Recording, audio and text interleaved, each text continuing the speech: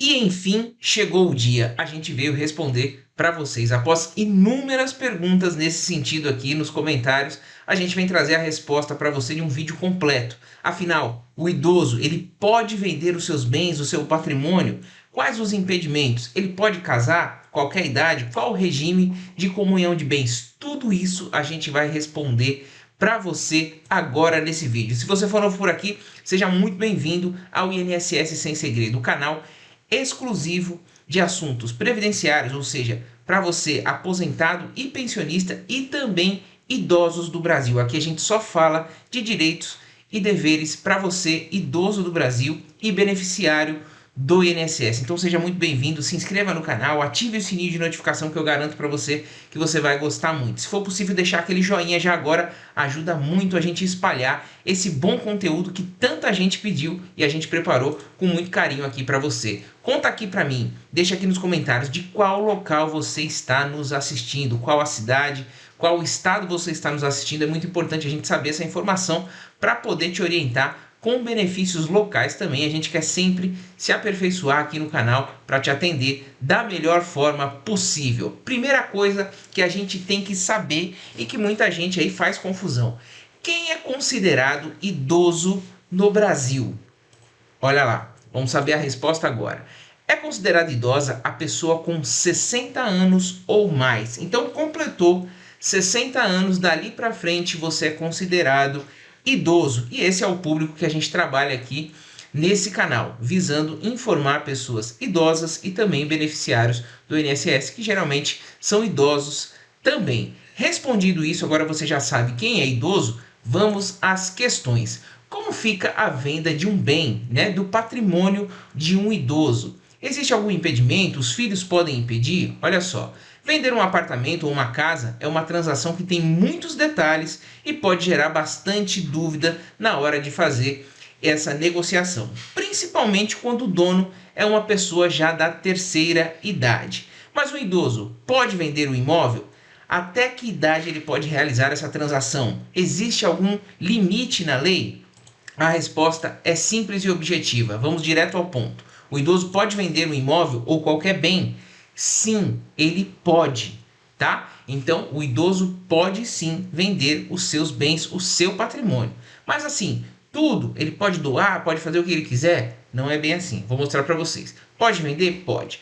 Uma vez que ele é o dono da propriedade, ele construiu aquele patrimônio. Seja casa, seja apartamento, seja terreno, ele pode e responde legalmente por ele e pode fazer o que desejar com o bem móvel, o imóvel, enfim, o que ele tiver no nome dele como patrimônio, como propriedade, certo? Respondido isso, vamos ao próximo ponto.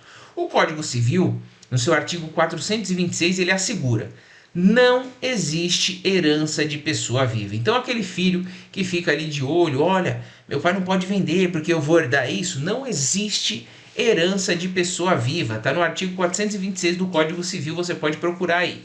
Portanto, os filhos não podem interferir no direito dos pais de venderem imóveis ou móveis, enfim, o que eles tiverem de bens de patrimônio. O texto da Lei 10.406, de 10 de janeiro de 2002, estabelece essa regra nos seguintes termos. Artigo 426. Não pode ser objeto de contrato a herança de pessoa viva. Então, não existe herança de pessoa viva. Existem exceções? Existe, eu vou mostrar aqui para vocês. Continuando aqui, como é que fica a venda de um bem por um idoso? Nos casos em que o idoso é casado, tá? O cônjuge ou a cônjuge deve consentir, deve assinar junto ali, concordando com a venda.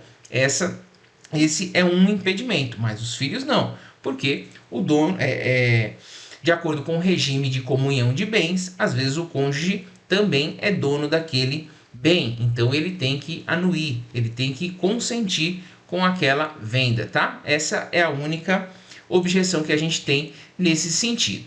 Dando continuidade, geralmente as pessoas fazem uma associação equivocada entre idade e capacidade de gerir a vida e, consequentemente, os bens e patrimônios.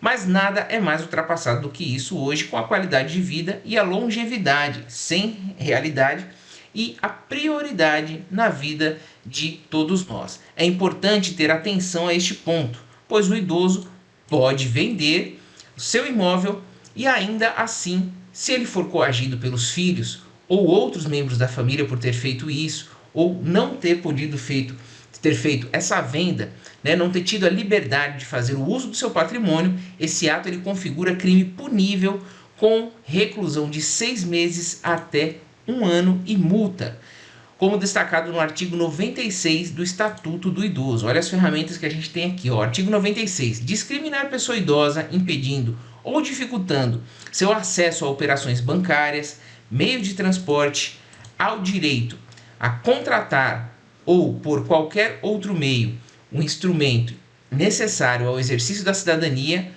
por motivo de idade, pena de reclusão de 6 meses a 1 ano e multa.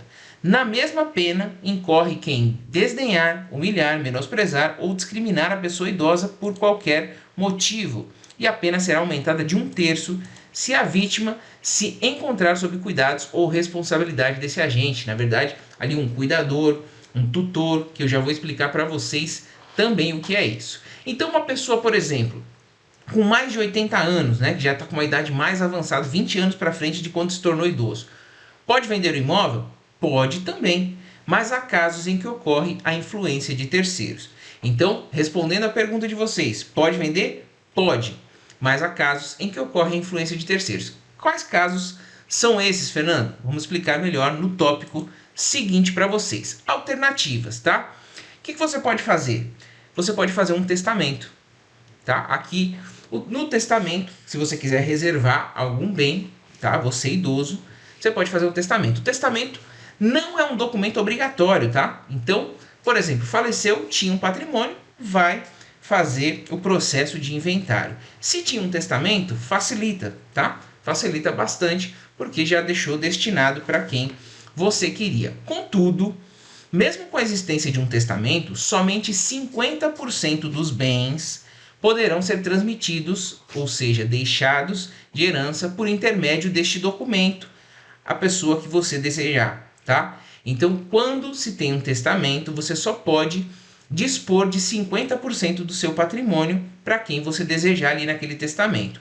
Os 50% restantes são partilhados em proporções iguais entre os herdeiros necessários. E quem são os herdeiros necessários? Herdeiros necessários são aqueles que têm direito à parte legítima da herança, ou seja, os descendentes, filho, neto, bisneto, os ascendentes, pai, avô, bisavô e o cônjuge, que foi incluído depois, mas também faz parte dos herdeiros necessários. Então, 50% você pode dispor para quem você quiser, mas 50% vai ficar reservado para quem é herdeiro necessário. Isso se você quiser fazer mediante testamento. Agora, se você quiser vender tudo, você pode vender tudo sem problema nenhum, que é a questão principal desse vídeo, tá? Estou passando as alternativas aqui para vocês. O que mais que a gente tem de alternativa? Olha só, a doação. Muita gente aqui tem a questão, por exemplo, de inventário. Ah, inventário demora 10, 20 anos. Não é para ser, tá, pessoal? O inventário é para ser rápido, desde que os bens deixados estejam regulares e que também o advogado, né, e a família que estão por trás desse inventário, eles paguem as taxas, vão regularizando as questões para que o inventário ande. Às vezes o inventário fica parado lá porque precisa pagar alguma taxa, regularizar algum bem, e nenhum familiar se dispõe a fazer isso, e aí o inventário fica parado. Mas muita gente quer evitar o inventário, e aí faz a doação em vida. É isso mesmo. Para facilitar os procedimentos e evitar burocracias, o idoso pode doar o seu imóvel a um dos filhos, por exemplo, inclusive com cláusula de restrição para que o genro ou a nora, às vezes não sejam aí muito bem vistos, fica com medo de compartilhar esse bem também com o genro ou com a nora, não sejam beneficiados por essa doação em caso de morte do filho, tá? Aí o patrimônio retornaria à família.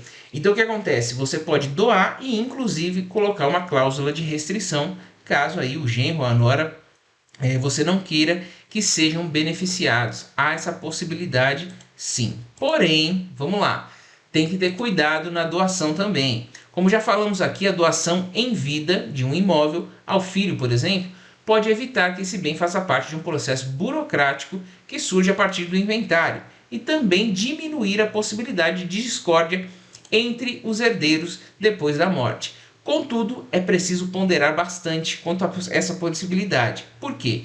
Uma vez que outras questões podem surgir. Quais são elas, Fernando?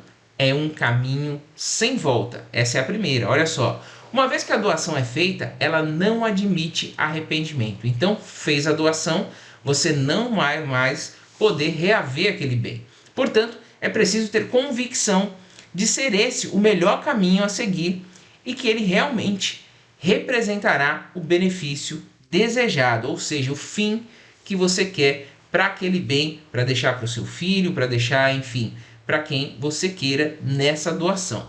Nesse sentido, por exemplo, é preciso ter certeza de que a doação não comprometerá a herança familiar, inclusive no que diz respeito ao patrimônio do próprio filho. Afinal, existem situações em que a doação pode contribuir para uma perda patrimonial, em vez de proporcionar uma tranquilidade de quem vai receber. Vou exemplificar para vocês. Se for um filho casado que se divorcia, ou mesmo se ele falecer, o imóvel doado, ou parte dele pelo menos, será transmitido ao cônjuge se não tiver a cláusula de restrição. Em outra circunstância, caso o filho esteja passando por problemas financeiros, o imóvel doado pode ser comprometido por dívidas, caso o doador não tenha usufruto ou não tenha definido na doação cláusulas restritivas nesse sentido. Então, primeiro, doação é um caminho sem volta, ponto, tá? Doou, acabou. Segundo, você tem que colocar as cláusulas restritivas caso você queira que aquele seu filho realmente desfrute daquele bem ou que seja pelo menos garanta o futuro dele. Então, pode colocar cláusula restritiva com relação ao cônjuge do filho, né? O genro ou a nora, pode colocar cláusula restritiva com relação a esse bem ser hipotecado, ser penhorado, você pode colocar também. Então, fique atento com isso, tá? Primeiro, que é um caminho sem volta, e segundo, as cláusulas de proteção, caso você queira fazer. Continuando aqui, ou seja, em casos assim, uma iniciativa que foi tomada para resolver um problema pode se transformar em um processo de dilapidação do patrimônio familiar de forma antecipada, né? Então tome muito cuidado. Outra questão aqui é o engessamento do patrimônio. No caso de doação de imóvel a filhos menores, por exemplo, pode ocorrer o engessamento daquela parte do patrimônio, que só poderá ser movimentada mediante autorização do Ministério Público, caso necessário. Portanto, é conveniente reiterar a recomendação para que o assunto seja pensado bastante e que a pessoa que tem a intenção de doar o imóvel ao filho se cerque de cuidados apresentados aqui para vocês. Olha só.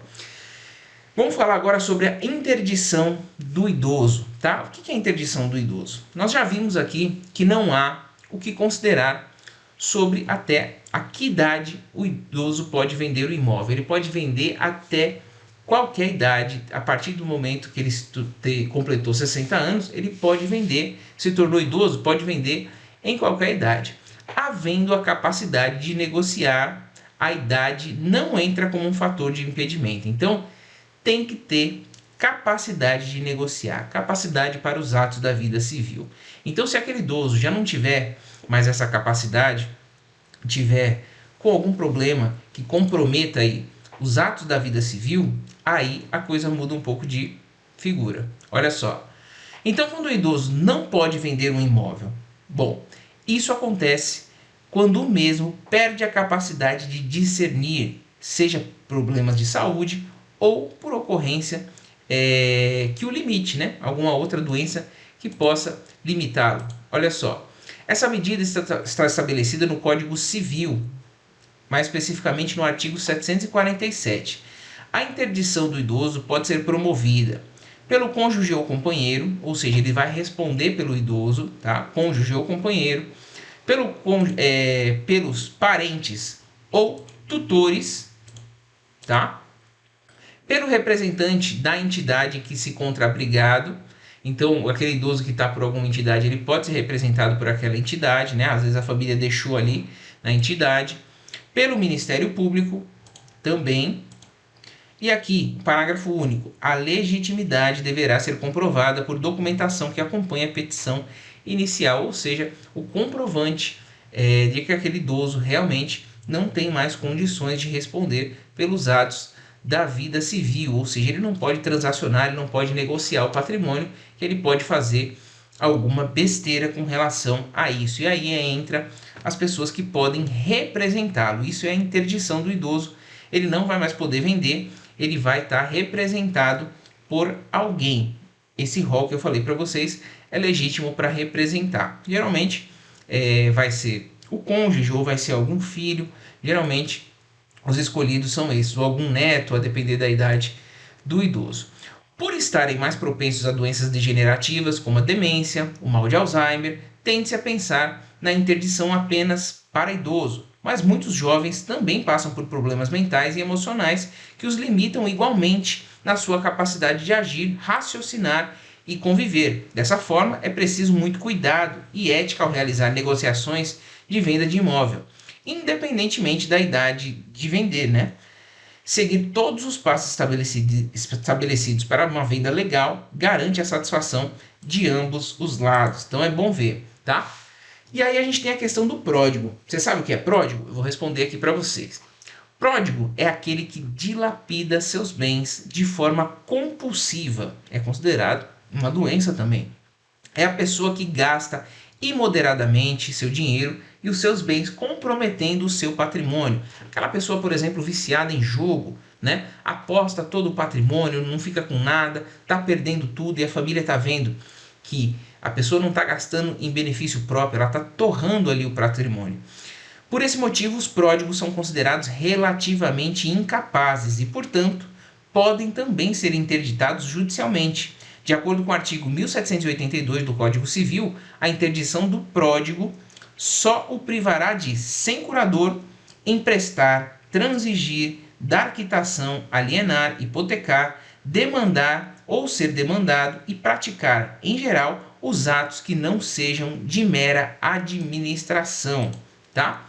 Então tem que tomar muito cuidado também com relação a isso. Tem que observar se o idoso não é um pródigo, tá? Ele desenvolveu isso, ele está perdendo tudo em jogo, está perdendo tudo em aposta, enfim, está perdendo tudo facilmente com drogas ou com mulheres, enfim, relacionamentos. Tem que tomar muito cuidado com isso e observar. É uma questão judicial que vai ter que ser comprovada também. E aí, se comprovado, né, a tempo de não dilapidar todo o patrimônio, pode haver a interdição e ele não vai mais poder dispor daquele bem para poder fazer venda, para poder, enfim, fazer dinheiro com ele.